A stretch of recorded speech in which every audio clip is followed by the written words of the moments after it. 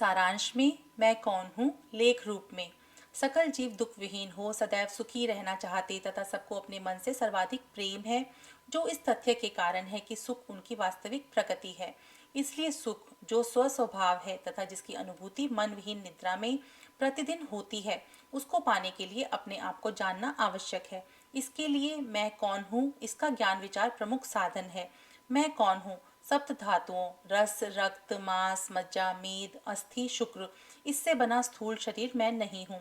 शब्द, स्पर्श, रूप, रस, गंध इन पांच विषयों को पृथक पृथक ग्रहण करने वाली क्रमशः कर्ण, त्वचा, नेत्र, जीवा और नासिका ये पांच ज्ञानेंद्रिय भी मैं नहीं हूँ। वचन, गमन, ग्रहण, मल विसर्जन, आनंद ये पंचविध क्रियाएं करने वाली क्रमशः वाक, पाद, पाणी, वायु और उपस्थ ये पांचों कर्मेंद्रियां भी मैं नहीं हूँ। श्वास आदि पंच कर्म करने वाली प्राण आदि वायु पंचक भी मैं नहीं हूँ। संकल्प करने वाला मन भी मैं नहीं हूँ। सर्व विषयों एवं सर्व कर्मों से रहित तथा विषय वासनाओं से युक्त अज्ञान भी मैं नहीं हूँ। उपयुक्त समस्त को मैं नहीं हूँ, मैं नहीं हूँ नेति नेति करने के बाद एकांगी अविष्ट रहने वाला चैतन्य मैं हूँ। चैतन्य का स्वरूप सच्चिदानंद है। मन जो सकल ज्ञान एवं समस्त क्रियाओं का हेतु और आधार है, यदि लीन हो जाए तो जगत दृष्टि दूर हो जाएगी। जिस प्रकार कल्पित सर्प ज्ञान दूर हुए बिना अधिष्ठान रज्जु ज्ञान नहीं होता, उसी प्रकार कल्पित जगत दृष्टि दूर हुए बिना अधिष्ठान स्वरूप दर्शन संभव नहीं है। मन आत्मा में रहने वाली एक अद्भुत शक्ति है। वह सकल विचारों को उत्पन्न करता है। समस्त विचारों को दूर कर देने पर मन जैसी कोई वस्तु पृथक नहीं रहती। अतः विचार ही मन का स्वरूप है। विचारों के अतिरिक्त जगत जैसी कोई भिन्न वस्तु नहीं है। सुषुप्ति में विचार नहीं है, इसलिए जगत भी नहीं है। जागृत एवं स्वप्न में विचार है, अतएव जगत भी है। जिस प्रकार मकड़ी अपने भीतर से तंतु बाहर निकालकर जाल बुनती है और फिर उसे अपने भीतर खींच लेती है, उसी प्रकार मन भी अपने भीतर से जगत प्रकट करता पुनः उसे अपने भीतर लीन कर लेता है। मन जब आत्म स्वरूप से बाहर निकलता है तब जगत प्रकट होता है। इसलिए जगत के प्रकट होने पर स्वरूप दिखाई नहीं देता तथा जब स्वरूप प्रकाशित होता है तब जगत दिखाई नहीं देता। मन के स्वरूप की छानबीन करते जाने पर यह मालूम होगा कि आत्मा ही मन है। स्वयं का अर्थ आत्मा ही है। मन सदैव किसी एक स्थूल का अवलंब के लिए ही टिक सकता है, वह एकाकी टिक नहीं सकता। मन ही सूक्ष्म शरीर या जीव कहलाता है। इस देह में जो मैं के रूप में उदित होता है वह मन है।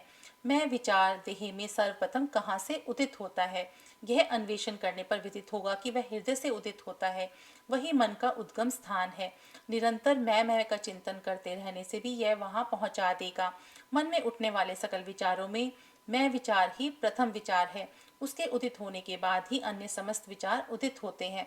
उत्तम पुरुष के उदित होने के पश्चात ही मध्यम पुरुष और अन्य पुरुष उदित होते हैं। उत्तम पुरुष के बिना मध्यम पुरुष और अन्य पुरुष नहीं टिकते। मैं कौन हूँ अन्वेषण से ही मन निरुद्ध हो सकता है। मैं कौन हूँ अन्वेषण अन्य समस्त विचारों का नाश कर शव को जलाने वाली लाठी की भांति स्वयं भी बाद में विनष्ट हो जाएगा। अन्य विचार उठने पर उनको पूरा होने का बिना अवसर दिए यह अन्वेषण करना चाहिए कि ये विचार किसे उठे, चाहे कितने ही विचार क्यों ना उठे। प्रत्येक विचार के उठते ही सतर्क हो, यह विचार कैसे उठा। इस प्रकार अन्वेषण करने पर मालूम होगा मुझे उठा, तब मैं कौन हूँ। अन्वेषण से मन अपने उद्गम स्थान को लौट जाएगा। उदित हुआ विचार भी लीन हो जाएगा। इस प्रकार अभ्यास करते रहने पर मन के अपने उद्गम स्थल में सुस्थित रहने की शक्ति बढ़ती जाती है।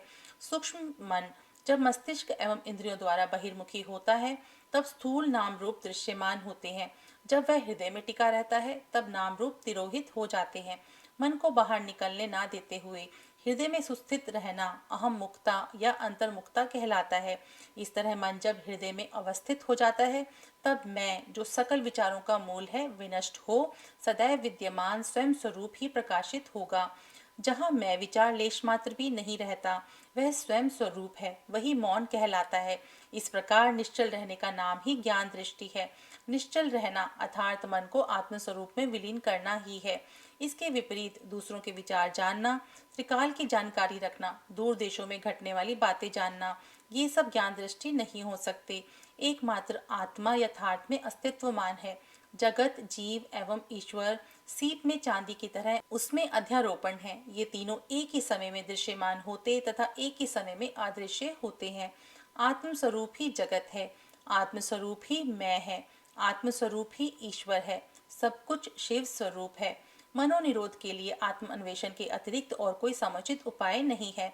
अन्य उपाय द्वारा निरोध किया जाए तो मन निरुद्ध सा रहकर पुनः बाहर निकल आएगा। प्राणायाम से भी मन निरुद्ध होगा, किंतु प्राण जब तक निगृहित हैं तब तक मन भी निरुद्ध रहेगा। प्राण बाहर निकलते ही मन भी बहिर्गामी होकर वासना वशीभूत हो भटकेगा। मन एवं प्राण दोनों के उद्गम स्थान एक ही हैं। विचार ही मन का स्वरूप है। मैं विचार ही मन का प्रथम विचार है। वही अहंकार है। अहंकार जहाँ से उदित होता है वहीं से श्वास भी निकलता है। जब मन का लय होता है तब प्राण का भी लय होता है, और जब प्राण का लय होता है तब मन का भी लय होता है। किंतु सुषुप्ति में यद्यपि मन लीन रहता है, किंतु प्राण का लय नहीं होता। देह की रक्षा हेतु तथा देह मर तो नहीं गई, यह संदेह दूसरों को ना हो, इसलिए ईश्वर की ऐसी नियति है। जागृत एवं समाधि में जब मन लीन होता है तब प्राण भी लयगत होता है। प्राण मन का स्थूल रूप कहलाता है। मृत्यु के समय तक मन प्राण को शरीर में टिकाए रखता, शरीर के मरते समय उसे हर ले जाता है। अतः प्राणायाम मनोनिरोध में सहायक है, किंतु वह मनोनाश नहीं करेगा। प्राणायाम की तरह मूर्ति ध्यान, मंत्र जाप और आहार नियम भी मनोनिरोध में सहायक हैं। मूर्ति ध्यान और मंत्र जप से मन एकाग्र होता है। सदैव हिलती रहने वाली हाथी के सूंड में यदि एक जंजीर दे दी जाए तो जैसे वह हाथी किसी दूसरी चीज को पकड़ने का प्रयास किए बिना उस जंजीर को ही पकड़े चलता रहता है, उसी प्रकार सदा चंचल रहने वाले मन को भी किसी नाम या रूप में अभ्यस्त किया जाए तो वह उसी को ग्रहण किए रहेगा। चूंकि मन असंख्य विचारों के रूप में फैलता है तथा प्रत्येक विचार अत्यंत दुर्बल होता है, अभ्यास से शक्तिशाली बने मन को आत्म अन्वेषण सुलभता से सिद्ध होगा। सकल नियमों में श्रेष्ठ मित्र सात्विक आहार से मन में सद्गुण की वृद्धि होती, जो आत्म अन्वेषण में सहायक है। अति दीर्घ काल से चली आने वाली विषय वासनाएं समुद्र की तरंगों की तरह भले ही असीमित दिखाई दे, फिर भी वे सब के सब स्वरूप के प्रकाशित होते होते विनष्ट हो जाएंगी। क्या ये समस्त विषय वासनाएं विनष्ट होंगी तथा मैं स्वरूप मात्र में सुस्थित रह सकता हूँ? इस संदेह में विचार को भी स्थान दिए बिना स्वरूप ध्यान में निरंतर सुदृढ़ रहना चाहिए। कोई चाहे जितना बड़ा पापी क्यों ना हो, मैं तो पापी हूँ, मेरा उद्धार कैसे हो सकता है, इस प्रकार दीन होकर प्रलाप ना करते हुए मैं पापी हूँ यह विचार भी बिल्कुल त्याग कर यदि वह स्वरूप ध्यान में सतत संलग्न रहेगा तो निश्चित ही उसका उद्धार होगा। जब तक मन में विषय वासनाएं हैं तब तक मैं कौन हूँ अन्वेषण भी आवश्यक है। जो जो विचार उठते हैं त्यों तो उनके उत्पत्ति स्थान में ही अन्वेषण द्वारा उन सबका नाश करना चाहिए।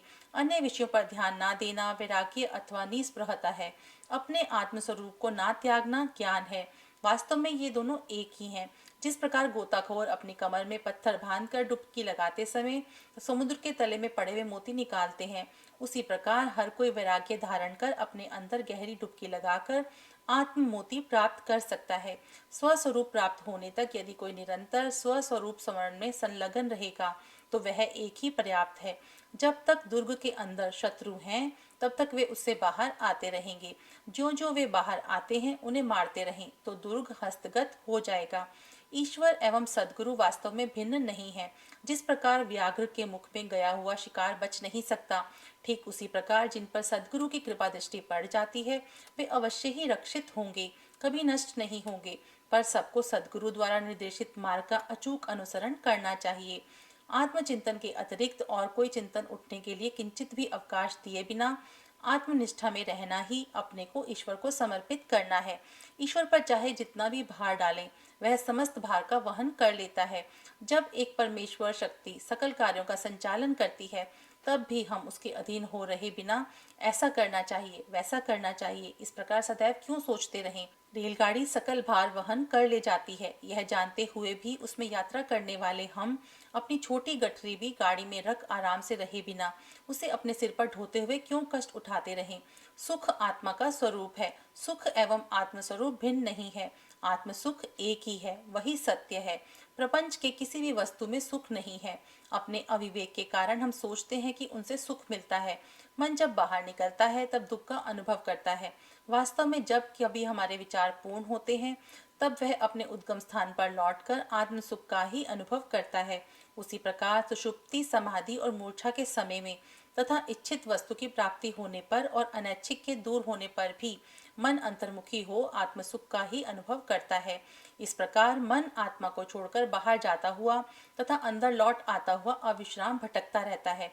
वृक्ष के नीचे पेड़ की छाया सुखमय है, बाहर सूरज की धूप कड़ी है। बाहर भटकने वाला मनुष्य छाया में जाकर शीतलता अनुभव करता है। थोड़ी देर बाद बाहर निकलकर गर्मी की भीषणता सह ना पाने पर पुनः पेड़ के नीचे जाता है। इसी प्रकार वह छाया से धूप में और धूप से छाया में आता रहता है। ऐसा करने वाला अविवेकी है, किंतु विवेकी छाया छोड़कर नहीं जाता। उसी प्रकार ज्ञानी का मन भी ब्रह्म से अलग नहीं होता, किंतु अज्ञानी का मन तो प्रपंच विषयों में भटकते हुए दुख भोगता तथा स्वल्प समय के लिए ब्रह्म में लौट आने का सुख पाता रहता है। जगत विचार ही है। जब जगत अदृश्य होता है अर्थात जब विचार नहीं रहते, तब मन आनंद का अनुभव करता है। जब जगत दृश्यमान होता है तब वह दुख भोगता है। जिस प्रकार किसी इच्छा, संकल्प या प्रयास के बिना उदित सूर्य के सानिध्य मात्र से सूर्यकांत मणि आग उगलती है, कमल खिलता, जल वाष्पित होता है, जगत के लोग अपने कार्यों में प्रवृत्त हो उन्हें करके निष्क्रिय होते हैं, और जैसे चुंबक के सम्मुख सुई हिलती है, उसी प्रकार संकल्प रहित ईश्वर के सानिधान मात्र से होने वाले त्रिकर्मों अथवा पंच कृत्यों से नियंत्रित सकल जीव अपने अपने कर्म अनुसार कार्य पर विश्रांत करते हैं। इसके विपरीत वह संकल्प रहित नहीं है, कोई भी कर्म उसे नहीं लगता। ठीक उसी प्रकार जैसे सांसारिक कर्म सूर्य को स्पर्श नहीं करते और अन्य चतुर्भूतों के गुण अवगुण व्यापक आकाश को नहीं छूते। चूंकि सभी शास्त्रों में यह कहा गया है कि मुक्ति पाने हेतु मनोनिग्रह करना चाहिए, यह जानने के बाद कि मनोनिग्रह ही सकल शास्त्रों का अंतिम उपदेश है, शास्त्र ग्रंथों का अपरिमित रूप से अध्ययन करते रहने का कोई प्रयोजन नहीं है। मनोनिग्रह करने के लिए मैं कौन हूँ, इसके द्वारा अपना अन्वेषण करना चाहिए। शास्त्र ग्रंथों में यह अन्वेषण कैसे किया जा सकता है? अपने आप को अपने ज्ञान चक्षु से जानना चाहिए। क्या राम को मैं कौन हूँ यह जानने के लिए दर्पण की आवश्यकता है? अहम पंचकोशों के भीतर है, शास्त्र ग्रंथ तो उनके बाहर हैं। अतः अपने को जिसका अन्वेषण पंचकोशों को भी दूर कर किया जाना चाहिए, शास्त्र ग्रंथों में ढूंढना व्यर्थ ही है। बंधन में पड़ा हुआ मैं कौन हूँ खोज द्वारा अपने यथार्थ स्वरूप को जान लेना ही मुक्ति है। सदा सर्वदा मन को आत्मा में सुस्थित रखना ही आत्म अन्वेषण कहलाता है। ध्यान में अपने को सच्चिदानंद की भावना करना है। जो कुछ सीखा गया है वह सब एक दिन भूलना होगा। यदि कोई बाहर फेंकने योग्य एकत्रित कूड़ा करकट की जांच करने लगे तो वह जिस प्रकार बेकार है, ठीक उसी तरह कोई व्यक्ति जिसे अपने को जान लेना चाहिए, अपने को आवृत किए हुए सकल तत्वों को एक साथ दूर किए बिना यदि उनकी गणना करता है या उनके गुणों को विवेचन करता है तो वह व्यर्थ है। प्रपंच को एक स्वप्न जैसा मानना चाहिए। जागृत दीर्घ है और स्वप्न क्षणिक है, इसके अतिरिक्त इनमें कोई भेद नहीं है। जागृत में होने वाले व्यवहार जितने वास्तविक मालूम होते हैं, स्वप्न में होने वाले व्यवहार भी उसी तरह उतने ही वास्तविक दिखाई देते हैं। जागृत तथा स्वप्न दोनों अवस्थाओं में विचार एवं नाम रूप एक ही समय उपस्थित रहते हैं। शुभ मन और अशुभ मन दो नहीं है, मन एक ही है। वासनाएं ही शुभ और अशुभ दो प्रकार की होती हैं।